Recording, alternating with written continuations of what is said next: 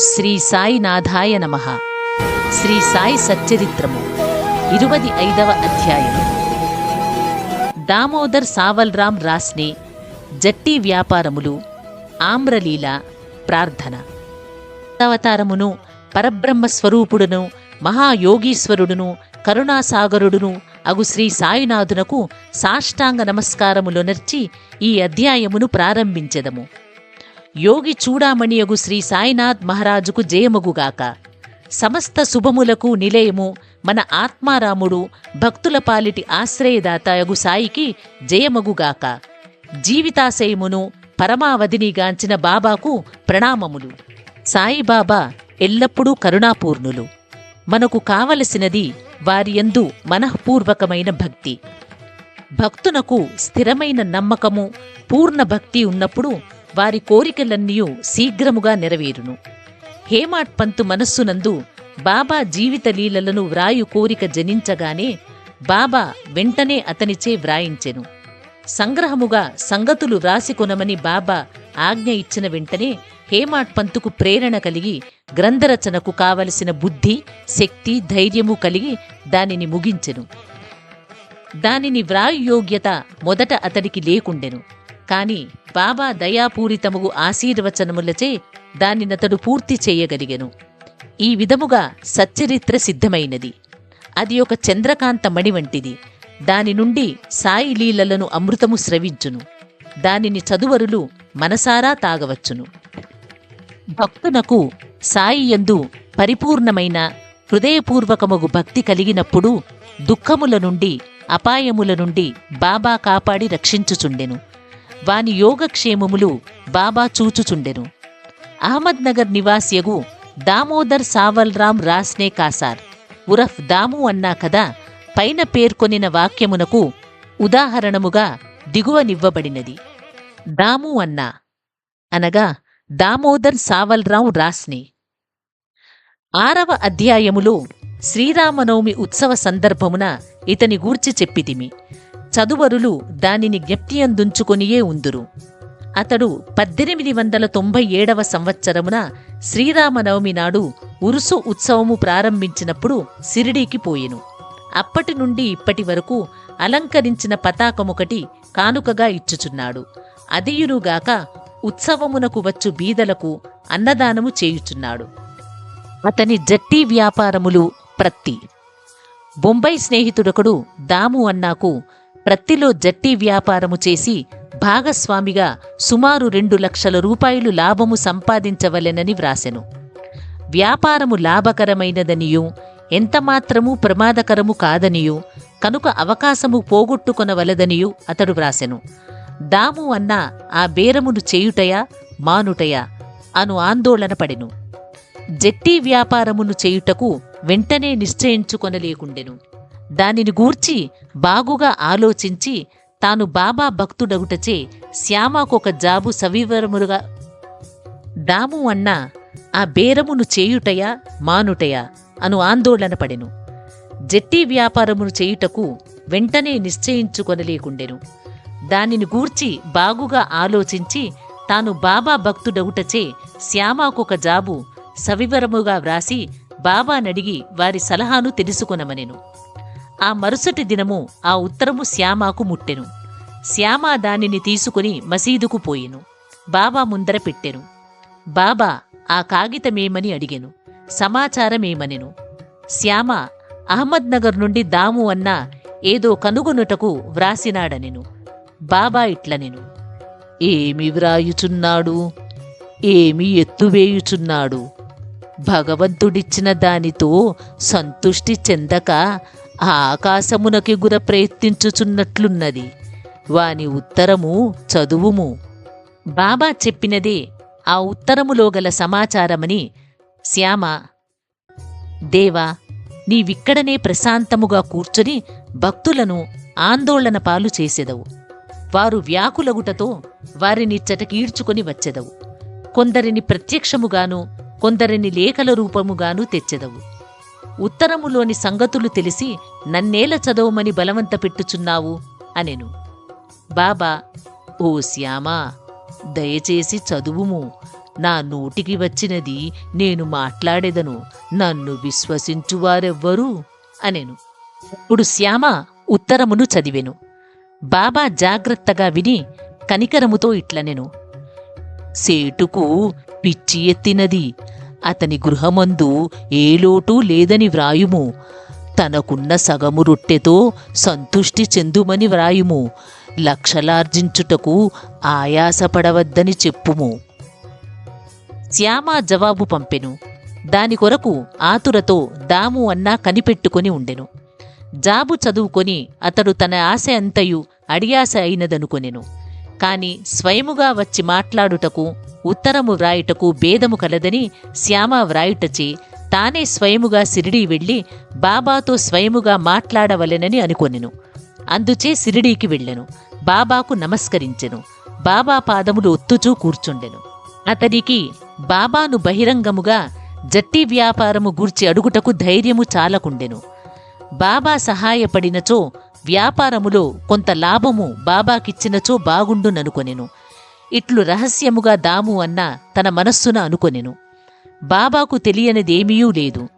అరచేతనున్న ఉసిరికాయ వలె భూత భవిష్యత్ వర్తమానములను కూడా బాబా తెలిసినవారు. బిడ్డకు తీపి వస్తువులు కావలెను, కాని తల్లి చేదు మాత్రలిచ్చును. తీపి వస్తువులు ఆరోగ్యమును చెరుచును, చేదు మాత్రలు ఆరోగ్యమును వృద్ధి చేయును. తల్లి తన బిడ్డ యొక్క మేలును కాంక్షించి బుజ్జగించి చేదు మాత్రలే ఇచ్చును. బాబా దయగల తల్లి వంటివారు. తన భక్తుల భవిష్యత్ వర్తమానముల లాభముల గూర్చి బాగుగా తెలిసినవారు. దాము అన్న మనస్సుని కనిపెట్టి బాబా ఇట్లనెను. ప్రపంచ విషయములలో తగులుకొనుటకు నాకు ఇష్టము లేదు. బాబా యొక్క అసమ్మతి గ్రహించి దాము అన్న ఆ పనిని మానుకొనెను. ధాన్యముల బేరము. పిమ్మట దాము అన్న ధాన్యము వ్యాపారము చేయ తలపెట్టెను. ఈ ఆలోచన కూడా బాబా గ్రహించి, నీవు 5 సేర్ల చప్పున కొని 7 సేర్ల చప్పున అమ్మవలసి వచ్చును, కనుక ఈ వ్యాపారము కూడా మానుకొనుము అనెను. కొన్నాళ్ల వరకు ధాన్యము ధర హెచ్చగనే ఉండెను. కాని 1 మాసము 2 మాసములు వర్షములు విశేషముగా కురిసెను. ధరలు హఠాత్తుగా పడిపోయెను. ధాన్యములు నిలవ చేసిన వారెల్లరూ నష్టపడిరి. ఈ దురదృష్టము నుండి దాము అన్నా కాపాడబడెను. ప్రతి జట్టి వ్యాపారము కూడా కూలిపోయెను. ఆ దళారి ఇంకొక వర్తకుని సహాయముతో వ్యాపారము చేసెను. మదుపు పెట్టిన వారికి గొప్ప నష్టము వచ్చెను. బాబా తనను 2 సార్లు గొప్ప నష్టముల నుండి తప్పించెనని దాము అన్నాకు బాబా యందుగల నమ్మకము హెచ్చెను. బాబా మహాసమాధి చెందు వరకు వారికి నిజమైన భక్తుడుగా నుండెను. వారి మహాసమాధి పిమ్మట కూడా ఇప్పటి వరకు భక్తితో ఉన్నాడు. ఆమ్రలీల. మామిడి పండ్ల చమత్కారము. ఒకనాడు 300 మామిడి పండ్ల పార్సిలు వచ్చెను. రాళేయను మామలతదారు గోవా నుంచి శ్యామ పేరున ఆ పండ్లను బాబాకు పంపెను. అది తెరుచునప్పటికీ పండ్లన్నీయూ బాగానే ఉండెను. అది శ్యామ స్వాధీనములో పెట్టిరి. అందులో 4 పండ్లు మాత్రమే బాబా కొలంబాలో అంటే కుండలో పెట్టెను. బాబా, ఈ 4 దాము అన్నాకు, అవి అక్కడనే ఉండవలెను అనెను. దాము అన్నాకు 2 భార్యలు కలరు. కాని అతనికి సంతానము లేకుండెను. అనేక జ్యోతిష్కులను సంప్రదించెను. అతడు కూడా జ్యోతిషమును కొంతవరకు చదివెను. తన జాతకములో దుష్టగ్రహ ప్రభావముండుటచే అతనికి సంతానము కలుగు అవకాశము లేదనుకొనెను. కాని అతనికి బాబా యందు మిక్కిలి నమ్మకము కలదు. మామిడి పండ్లు అందిన 2 గంటలకు అతడు సిరిడీకి చేరి బాబాకి నమస్కరించుటకు పోగా బాబా ఇట్లనెను. అందరూ మామిడి పండ్ల వైపు చూచుచున్నారు, కాని అవి దాము కొరకు ఉంచినవి, కావున అవి దామ్యా తిని చావవలెను. దాము ఈ మాటలు విని భయపడెను. కాని మహల్సాపతి దానినిట్లు సమర్థించెను. చావమున్నది అహంకారమును గూర్చి, దానిని బాబా ముందు చంపుట ఒక ఆశీర్వాదము. బాబా అతనితో ఇట్లనెను. నీవు తినవద్దు, నీ చిన్న భార్యకిమ్ము. ఈ ఆమ్రలీల ఆమెకు 4 కొడుకులను 4 కుమార్తెలను ప్రసాదించును. దాము ఆ ప్రకారమే చేసెను. కొంతకాలమునకు బాబా మాటలు నిజమాయెను. జ్యోతిష్కుని మాటలు ఉత్తవాయెను. బాబా మాటలు వారి సమాధికి పూర్వమే కాక ఇప్పుడు కూడా వారి మహత్యమును స్థాపించుచున్నవి. బాబా ఇట్లనెను, సమాధి చెందినప్పటికీ నా సమాధిలోనుంచి నా ఎముకలు మాట్లాడును. అవి మీకు ధైర్యమును విశ్వాసమును కలిగించును. మనఃపూర్వకముగా నన్ను శరణుజొచ్చిన వారితో నా సమాధి కూడా మాట్లాడును. వారి వెన్నంటి కదలును. నేను మీ వద్దనుండనేమో అని మీరాందోళన పడవద్దు. నా ఎముకలు మాట్లాడుచు మీ క్షేమమును కనుగొనుచుండును. ఎల్లప్పుడూ నన్నే జ్ఞప్తియందుంచుకొనుడు. నాయందే మనఃపూర్వకముగను హృదయపూర్వకముగను నమ్మకముంచుడు. అప్పుడే మీరు మిక్కిలి మేలు పొందెదరు. హేమాడ్ పంతు ఈ అధ్యాయమును ఒక ప్రార్థనతో ముగించుచున్నాడు. ప్రార్థన. ఓ సాయి సద్గురు, భక్తుల కోరికల నెరవేర్చు కల్పవృక్షమా, మీ పాదములను మేమెన్నటికీ మరువకుందుముగాక. మీ పాదములనెప్పుడూ చూచుచుండెదముగాక. ఈ సంసారమున చావు పుట్టుకలచే మిక్కిలి బాధపడుచుంటిమి. ఈ చావు పుట్టుకల నుంచి మమ్ము తప్పించుము. మా ఇంద్రియములు విషయములపై బోనీకుండా అడ్డుకునుము. ఇంద్రియములు మనస్సు బయటకు పోవు నైజమును ఆపనంత వరకు ఆత్మసాక్షాత్కారమునకు అవకాశము లేదు. అంత్యకాలమున కొడుకుగాని భార్యగాని స్నేహితుడుగాని ఉపయోగపడరు. నీవే మాకు ఆనందమును మోక్షమును కలుగజేయువాడవు. వివాదములందు దుర్మార్గపు పనులయందు మాకు గల ఆసక్తిని పూర్తిగా నశింపజేయుము. నీ నామస్మరణము చేయుటకు జిహ్వ ఉత్సహించుగాక. మా ఆలోచనలను అవి మంచివే అగుగాక చెడ్డవే అగుగాక తరిమివేయుము. మా గృహములను శరీరమును మరుచునట్లు చేయుము. మా అహంకారము నిర్మూలింపుము. నీ నామమే ఎల్లప్పుడూ జ్ఞప్తియందుండునటుల చేయుము. తక్కిన వస్తువులన్నిటినీ మరుచునట్లు చేయుము. మనశ్చాంచల్యము తీసివేయుము. దానిని స్థిరముగా ప్రశాంతముగా నుంచుము.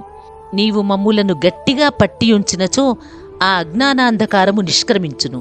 నీ వెలుతురునందు మేము సంతోషముగా నుండెదము. మమ్ములను నిద్ర నుండి లేపుము. నీ లీలామృతము తాగు భాగ్యము నీ కటాక్షము చేతను గత జన్మలలో మేము చేసిన పుణ్యము వలనను కలిగినది. నోటు. దాము అన్న ఇచ్చిన వాగ్మూలము ఈ సందర్భమున గమనింపదగినది. ఒకనాడు అనేక మందితో నేను కూడా బాబా పాదముల వద్ద కూర్చుని ఉన్నప్పుడు నా మనస్సున 2 సంశయములు కలిగెను. ఆ రెంటికి బాబా ఇట్లు జవాబిచ్చెను. 1. సాయిబాబా వద్ద అనేక మంది గుమిగూడి ఉన్నారు. వారందరూ బాబా వలన మేలు పొందెదరా? దీనికి బాబా ఇట్లు జవాబిచ్చెను.